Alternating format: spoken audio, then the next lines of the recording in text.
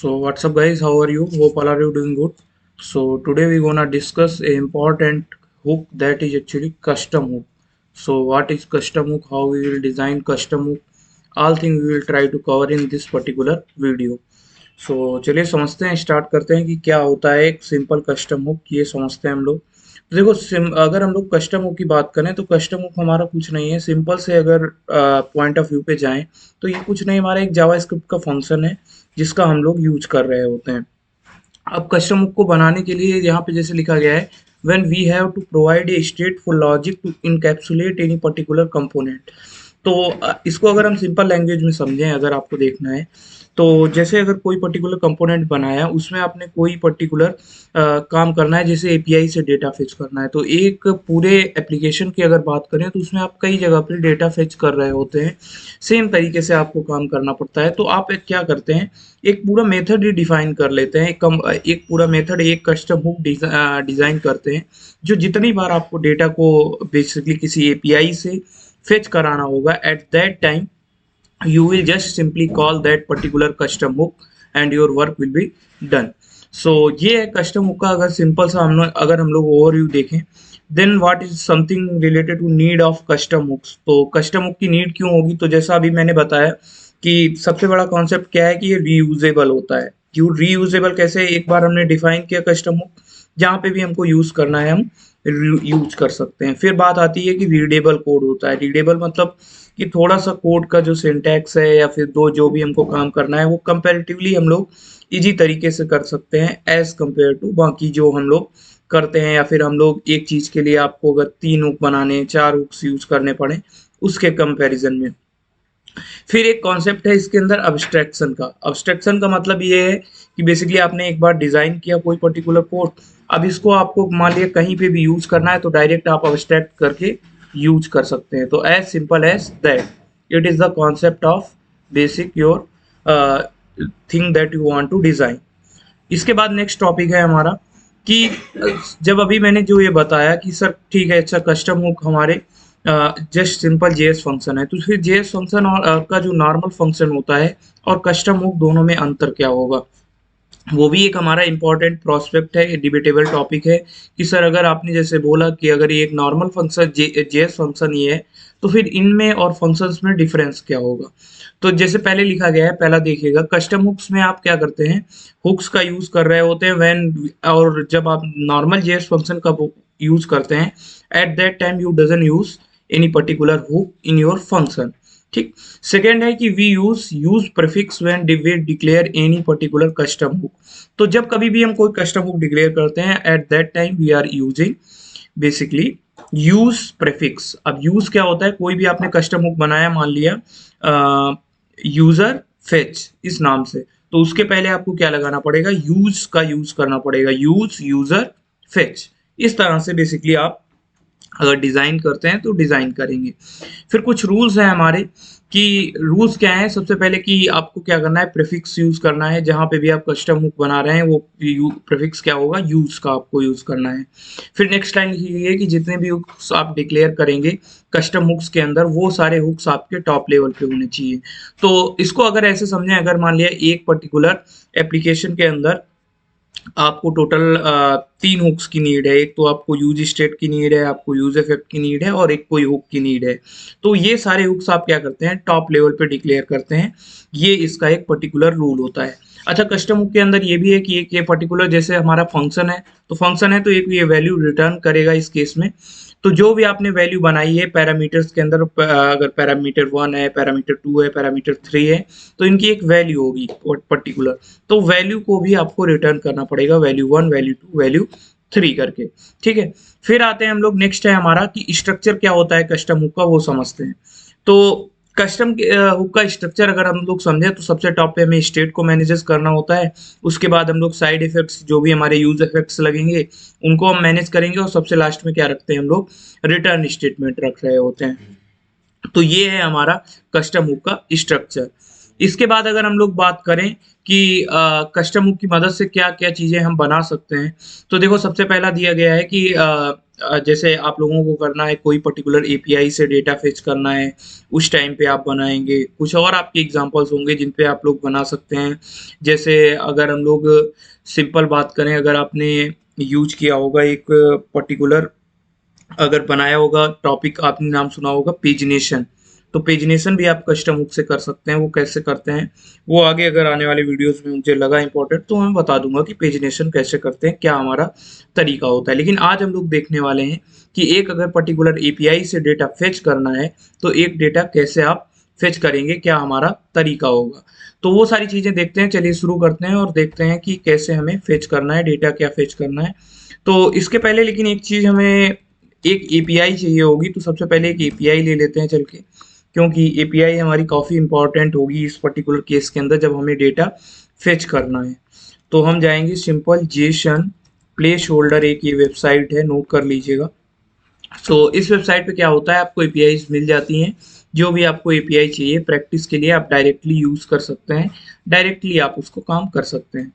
तो ये देखो यहाँ पे पहली जो वेबसाइट है इसको गौर से देखना, तो इस पे आपको मिल जाएगा Jason place holder free fake rest API. तो इस पर क्लिक करना। जैसे आप क्लिक करेंगे नीचे आप आएंगे तो नीचे आपको एक मिल जाएगा यूआरएल, आपको मिल जाएंगे। तो आपको यूज करना है अभी के लिए /post यूआरएल। और इस पे जैसे आप जाएंगे तो होगा क्या, आपको पूरा ये एक डेटा मिल जाएगा जेसन के फॉर्मेट में, जिसमें क्या है ऑब्जेक्ट्स में डेटा स्टोर है। पहला यूजर आईडी, फिर टाइटल, फिर बॉडी।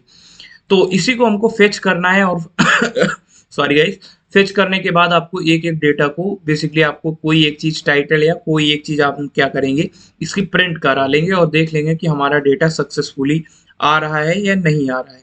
तो हमारा काम हो जाएगा। ठीक है, तो इसको यहाँ से मैंने किया कॉपी और इसको यहाँ पे ले लेते हैं चल के, अपनी इसके अंदर अभी के लिए रख लेते हैं यूआरएल जिसको हमें फेच करना है। तो आगे हमें ज़्यादा मशक्कत नहीं करनी पड़ेगी।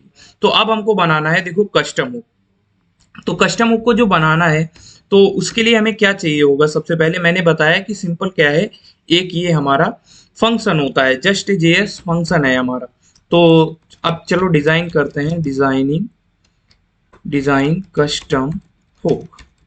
तो अभी के लिए जो डिजाइन करना है उसके लिए हम लोग जो नाम रखेंगे अपने कस्टम हुक का वो रखेंगे यूज फेच। ठीक, नेम ऑफ कस्टम हुक क्या होगा, custom hook will be use fetch. ठीक, अभी के लिए हमने यूज फेच नाम ले लिया है। आप कुछ और नाम लेना चाहते हैं तो आप और कुछ नाम ले सकते हैं। फिर हमें क्या करना है, ये फंक्शन हमें डिजाइन करना है। तो हमने लिखा सिंपल फंक्शन, फंक्शन के आगे फिर हमने यही सेम नेम लिखा यूज फेच। अब ये यूज फेच करेगा क्या, इसको एक पैरामीटर चाहिए होगा यूआरएल। ठीक, अब ये यूआरएल क्या करेगा, एंड ऑफ द डे क्या करने वाला है, यूआरएल से ही हम लोग डेटा, ये जो यूआरएल अभी ऊपर हमने प्रोवाइड किया है सेम यूआरएल से हम डेटा फेच करने का ट्राई करेंगे। ठीक, तो अगर आपने अभी तक कोई पर्टिकुलर एपीआई फेच की है रिएक्ट के अंदर तो आपको पता होगा कि कितनी आपकी चीजें यूज होती हैं एक एपीआई से जब आप डेटा फेच करते हैं। तो सबसे पहला पैरामीटर जो आपको चाहिए होता है, पैरामीटर 1, जो वो होता है बेसिकली आपका डेटा। ठीक, सेकंड आपको क्या चाहिए होता है, बेसिकली आप देखते हैं कि डेटा अभी, मान लिया किसी केस में आपका डेटा अभी आया नहीं है बैकएंड से या जो भी एपीआई से आप फेच कर रहे हैं, तो उस केस में एक पैरामीटर आपको चाहिए होता है लोडिंग का, जो बताएगा कि डेटा लोड हुआ है या अभी नहीं लोड हुआ है, उसमें कुछ टाइम लग रहा है, वो चीज हम लोग देखेंगे। फिर हमारा नेक्स्ट हमें चाहिए होता है एरर हैंडलिंग के लिए तीसरा पैरामीटर। तो इन्हीं 3 पैरामीटर्स का हम लोग यूज करने वाले हैं और इन्हीं को हम लोग डिजाइन करेंगे। और इनका यूज कहाँ पे होगा, इनको सबसे पहले हमें यूज स्टेट के अंदर डिफाइन करना पड़ेगा, तभी हम यूज कर सकते हैं। देखो, तो करेंगे क्या, सबसे पहले हम एक यूज स्टेट बनाएंगे कॉन्स्ट डेटा, और उसके बाद हम लोग बनाएंगे सेट डेटा नाम से। तो हमने ये बेसिकली एक बना लिया कॉन्स्ट डेटा सेट डेटा नाम से यूज स्टेट। अब इसको कर देंगे यूज स्टेट और इसकी इनिशियल वैल्यू क्या होगी, हमारी अभी के लिए नल हो जाएगी इस केस के अंदर। दूसरा हमें ये देखना है कि डेटा हमारा बेसिकली लोड हुआ है या नहीं। तो ये बेसिकली कौन सी वैल्यू को कंटेन करेगा, बुलियन वैल्यू को कंटेन करेगा। तो नेक्स्ट जो हम लोग बनाएंगे कॉन्स्ट लोडिंग, लोडिंग के साथ में हम लोग बनाने वाले हैं सेट लोडिंग। ये करने वाला क्या है, एंड ऑफ द डे आपका चेक करेगा कि जो वैल्यू आपने प्रोवाइड की है वो बेसिकली वैल्यू यूआरएल से डेटा आया या अभी नहीं आया। तो इसमें अभी के लिए इनिशियल वैल्यू क्या हो जाएगी, ट्रू हो जाएगी। अगर वैल्यू नहीं आई in that case it value will be false. तो उसको हम लोग अभी हैंडल करेंगे आगे। तीसरा हमें क्या चाहिए, बेसिकली एक चाहिए एरर हैंडलिंग के लिए, तो हमने बना लिया सिंपल एरर। दूसरा हमने बना लिया सेट एरर। उसके बाद हमने क्या किया, इसको भी सिंपली, इसकी इनिशियल वैल्यू क्या हो जाएगी, इसकी इनिशियल वैल्यू भी हमारी नल हो जाएगी। तो हमने ये कर दिया यहाँ पे डिफाइन। अब हमको क्या करना पड़ेगा, अगर डेटा फेच करना है तो उसके लिए एक यूज इफेक्ट बनाना पड़ेगा। तो चलिए सिंपल सा एक यूज इफेक्ट बनाएंगे। Use effect to fetch data.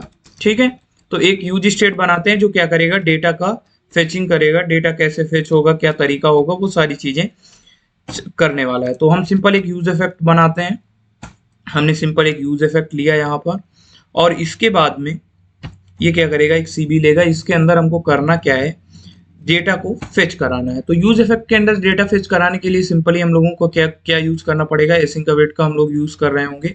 तो सिंपली हमने ले लिया कॉस्ट, एक फेच डेटा वेरिएबल है जिसके अंदर हम लोग डेटा को फेच कराने वाले हैं। अब यहाँ पे मैंने ले लिया अभी के लिए एसिंक, और इसके बाद हमें क्या देना पड़ेगा, सिंपली एक एरो फंक्शन प्रोवाइड करेंगे। और आफ्टर दैट हमें करना क्या है, हमें जो डेटा फेच कराना है, अगर आपको पता हो कि किसी पर्टिकुलर यूआरएल से जब डेटा फेच करा रहे होते हैं, at that time we are using try catch block. तो यहाँ पे हम लोग यूज करेंगे यूज, यहाँ पे लिख देते हैं use try catch block for fetching the data. ठीक है, तो अब देखो ट्राई कैच ब्लॉक कैसे यूज करेंगे। सिंपल, हम सबसे पहले ट्राई लिखेंगे। ट्राई के अंदर हम क्या करेंगे, हमको जो भी डेटा चाहिए वो डेटा हम लोग यहाँ पे पास कर रहे होंगे। तो हमको जो भी जैसे डेटा रिस्पॉन्स के फॉर्म में चाहिए, तो हमने लिखा कॉन्स्ट सिंपल रिस्पॉन्स। अब इसके बाद क्या करेगा, ये फेच करेगा किसको, यूआरएल को। जो भी आपका यूआरएल है XYZ, उसको ये फेच करने वाला है। तो यहाँ पे हम क्या पास करने वाले हैं, वही सेम यूआरएल पास करने वाले हैं। ठीक, अब लेकिन ये क्या करेगा, फेच जो है एसिंक के साथ में, ये अगर फेच करता है तो उस टाइम पे हमें अवेट का यूज करना पड़ता है। ठीक, तो उसका हम लोग यूज करेंगे। उसके बाद हमें क्या चाहिए, बेसिकली इसको जो रेस्पॉन्स आ रहा है इसको हमें जेसन फॉर्मेट में चाहिए, तो हम उसको कन्वर्ट करेंगे। तो यहाँ पे हम लिखेंगे कॉन्स्ट रिजल्ट, और रिजल्ट के अंदर जो भी डेटा है उसको हम लोग किस फॉर्म में लेंगे, जेसन फॉर्मेट में ले रहे होंगे। रेस्पॉन्स डॉट जेसन मैंने लिखा, और सिंपल हमारा ये काम हो गया। इसके बाद क्या करना है, यही जो सेम डेटा है इसको हमको कहाँ पे पास करना पड़ेगा, जो हमने अभी ऊपर यूज स्टेट के थ्रू डिफाइन किया था, डेटा और सेट डेटा। तो सेट डेटा क्या है, हमारा एक फंक्शन है जिसके अंदर हम ये अपना जो भी डेटा आ रहा है उसको पास करेंगे। तो सिंपल मैंने लिख दिया सेट डेटा, और इसके अंदर मैंने सिंपली पास कर दिया किसको, जो हमारा अभी रिस्पॉन्स रिजल्ट आया है, सॉरी यहाँ पे मैंने लिख दिया रिजल्ट।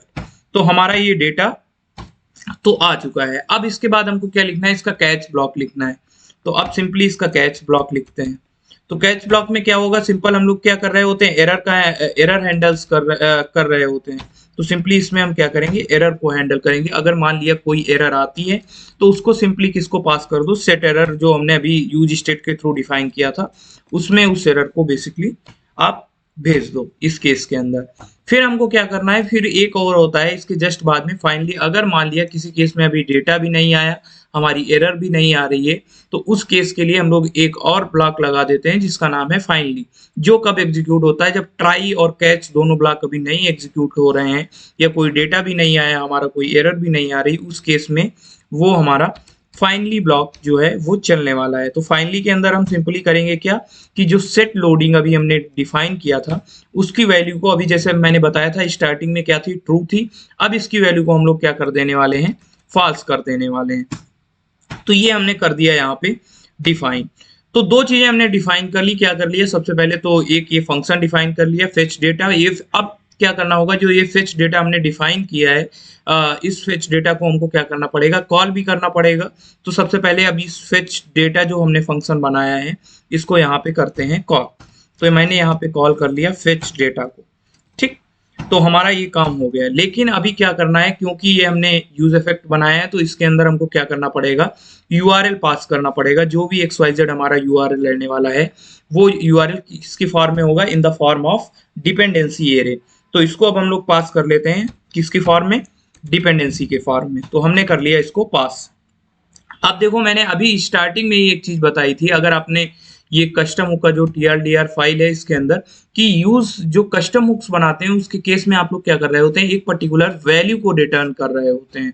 ठीक, वो वैल्यू आपकी कुछ भी हो सकती है, XYZ, टोटली डिपेंड करता है केस क्या हमारा बना रहे हैं। तो इसके केस में हमको बेसिकली क्या करना पड़ेगा, वैल्यू एक रिटर्न करानी पड़ेगी और वो वैल्यू हमारी क्या होगी, वो वैल्यू सिंपल सा होगी। सबसे पहले जो हमने पैरामीटर लिया था डेटा वो होगा, उसके बाद अगला क्या है, एरर होगा, और तीसरा क्या है, लोडिंग होगा। तो यहाँ पे ले लेते हैं लोडिंग, लोडिंग के बाद हमने ले लिया एरर। तो ये तीनों चीजें हमारी रिटर्न करेगा एक कस्टम हुक। तो अब हमने पूरा कस्टम हुक तो डिजाइन कर लिया है।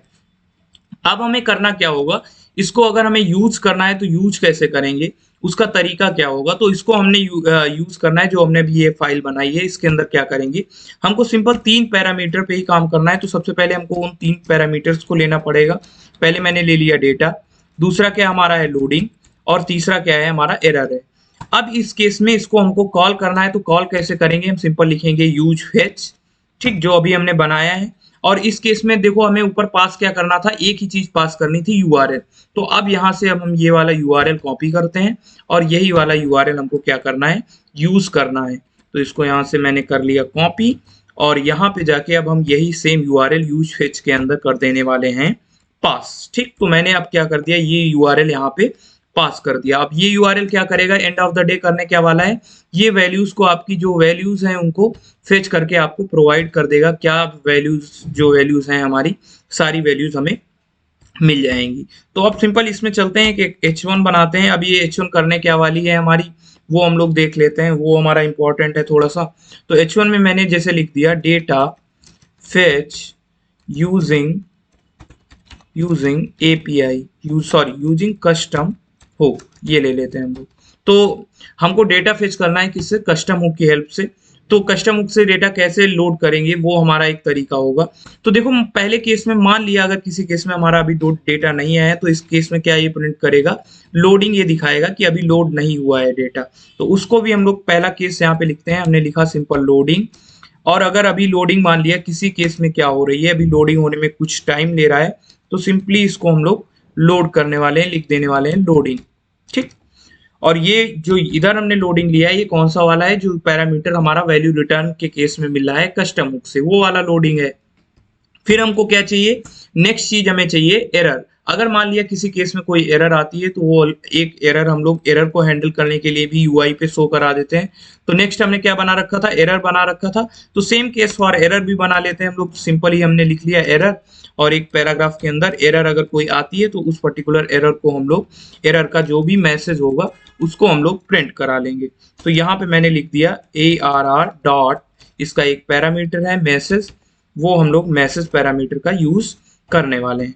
तो ये क्या प्रिंट कर देगा, अगर कोई पर्टिकुलर एरर आती है तो वो एरर को ये बेसिकली हैंडल करेगा, उसको हमें यूआई पे शो करा देगा। तीसरा क्या है हमारा, अब हमारा मेन काम आता है कि हमें डेटा शो कराना है कि जो डेटा आ रहा है वो डेटा कैसे आएगा। तो उसके लिए देखो डेटा जो हमारा किसके फॉर्मेट में है, ऑब्जेक्ट के फॉर्म में है। आपके n नंबर ऑफ डेटा है, आपके 100 पोस्ट हो सकती हैं, 1000 हो सकती हैं, टोटली डिपेंड करता है।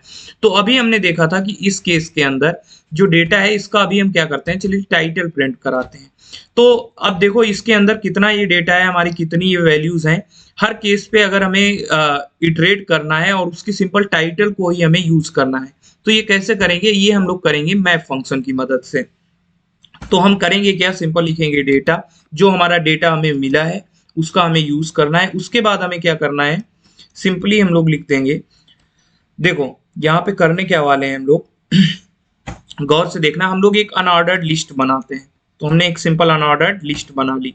अब ये अनऑर्डर्ड लिस्ट करेगी क्या, इसके अंदर सिंपली हमें डेटा डॉट मैप फंक्शन का यूज करना है और हमारा काम हो जाएगा। तो हमने सिंपली लिखा डेटा डॉट मैप।